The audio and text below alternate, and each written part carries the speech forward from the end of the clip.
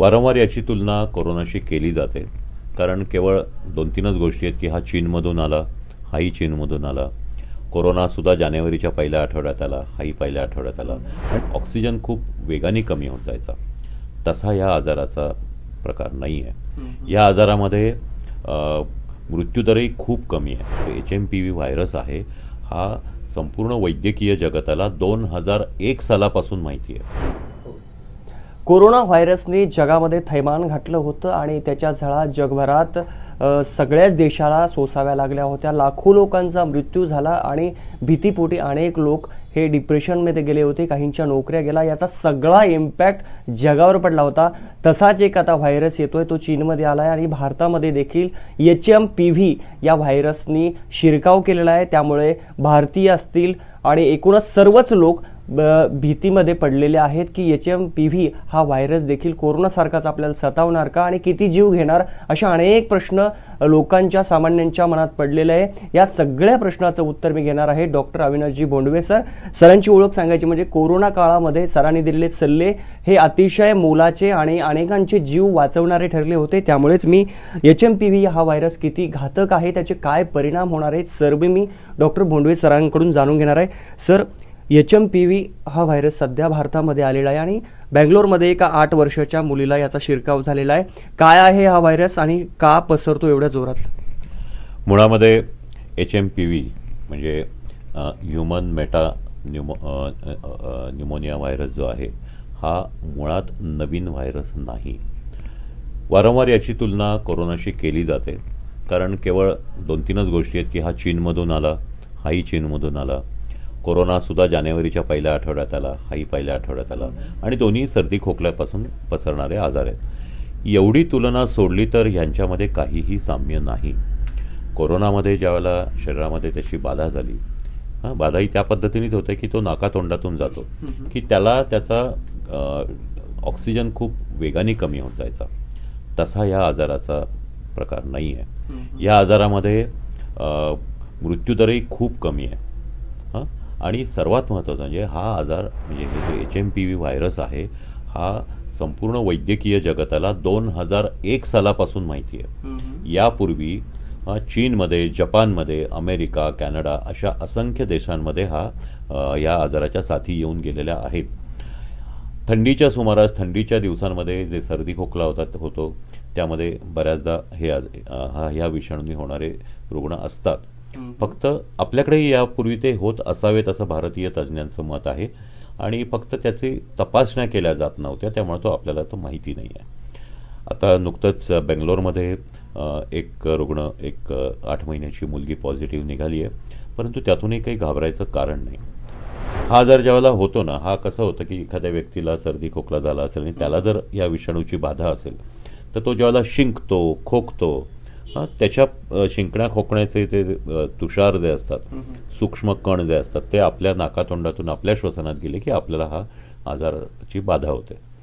प्रामुख्याने sir detect करायचा झाला हा HMPV व्हायरस, तर याची प्रामुख्याने लक्षणं काय आहेत? याची जी लक्षणं आहेत ही अतिशय साधी आहेत. सर्दी खोकला म्हणजे नाक गळणं किंवा नाक चोकअप होणं, घसा दुखणं, त्यानंतर घसा खवखवणं, खोकला येणं, कडक ताप येणं, हे मुख्य सुरुवातीची लक्षणं असतात. आणि जर त्या व्यक्तीची प्रतिकारशक्ती कमी असेल तर ते विषाणू घशाच्या पुढं श्वासनलिकेत शिरल्यानंतर श्वासनलिकेचा दाह, ज्याला आपण ब्रॉन्कायटिस म्हणतो, किंवा फुफ्फुसामध्ये गेले की फुफ्फुसाचा दाह, ज्याला आपण न्यूमोनिया म्हणतो, ते होऊ शकतात. परंतु याच्यामधून न्यूमोनिया होण्याचं प्रमाण खूप कमी आहे आणि ते आपोआप बरे होतात. त्याच्यामुळं ह्या रुग्णाची जी लक्षणं आहेत ही सर्वसामान्य आहेत आणि ही लक्षणं साधारणतः 5 ते 10 दिवसात तो रुग्ण पूर्ण बरा होतो. काळजी काय घ्यावी, म्हणजे अनेक जण हा व्हिडिओ पाहतील तर म्हणतील काळजी काय घेतली पाहिजे, हा होऊच नाही यासाठी? खरं आहे की याची फक्त आपण काळजीच घेतली पाहिजे, काळजी करता कामा नये. यामध्ये असं आहे की जर तुम्हाला सर्दी खोकला झाला असेल तर अंगावर काढू नका, तुम्ही डॉक्टरांचा सल्ला घ्या. त्यातही पुन्हा कसं आहे की काही प्रतिबंधक उपाय आहेत. म्हणजे कोविडच्या काळामध्ये कोविड हा सुद्धा श्वसनातूनच पसरणारा विषाणू होता, हा सुद्धा श्वसनातून पसरणारा विषाणू आहे.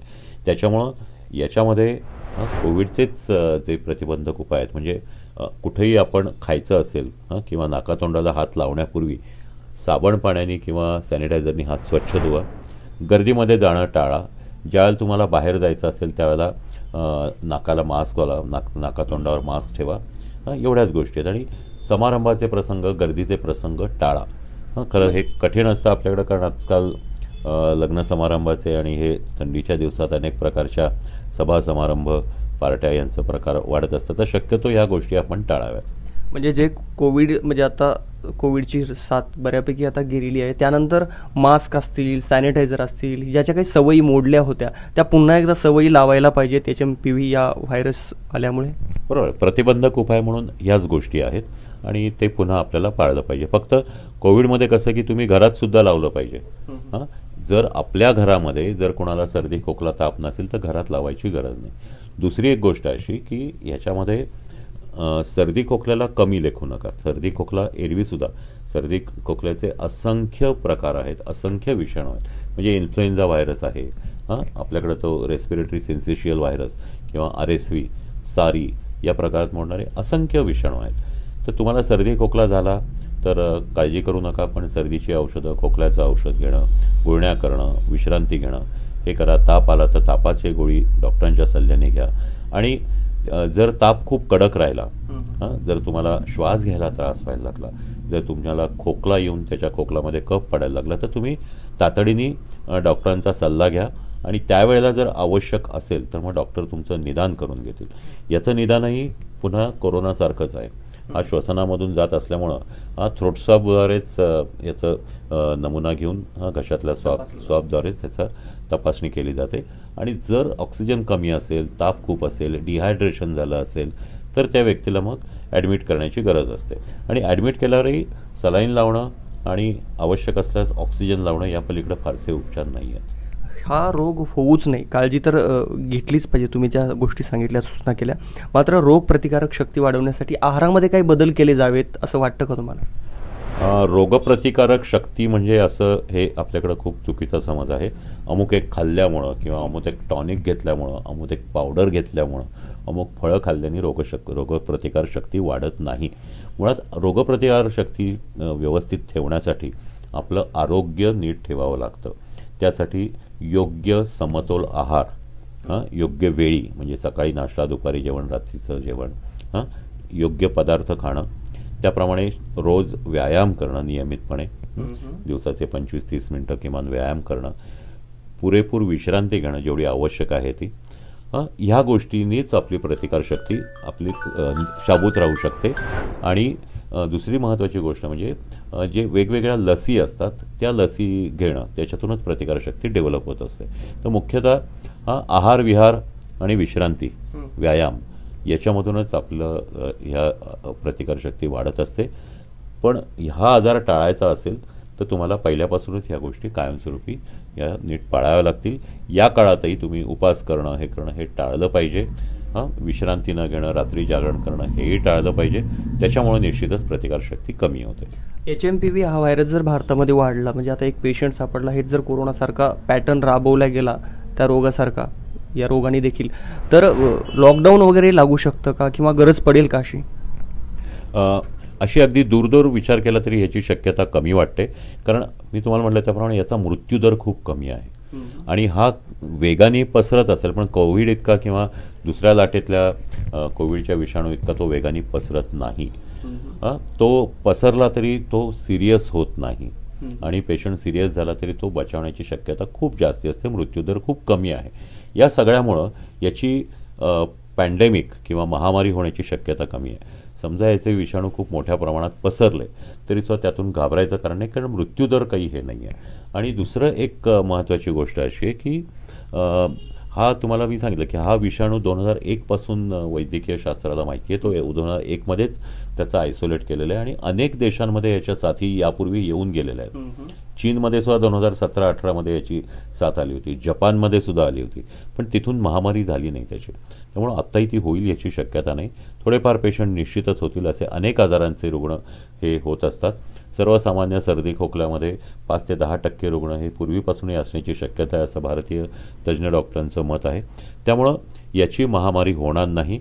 पण आपण काळजी घेणं आवश्यक आहे. काळजी करण्यापेक्षा किंवा इतर गोष्टी या ज्या आहे त्यांनी घाबरून जाण्यापेक्षा आपण या पद्धतीचे संरक्षक उपाय, प्रतिबंधक उपाय जर केले तर मला नाही वाटत की ही एक साथ फार जोरात पसरू शकेल.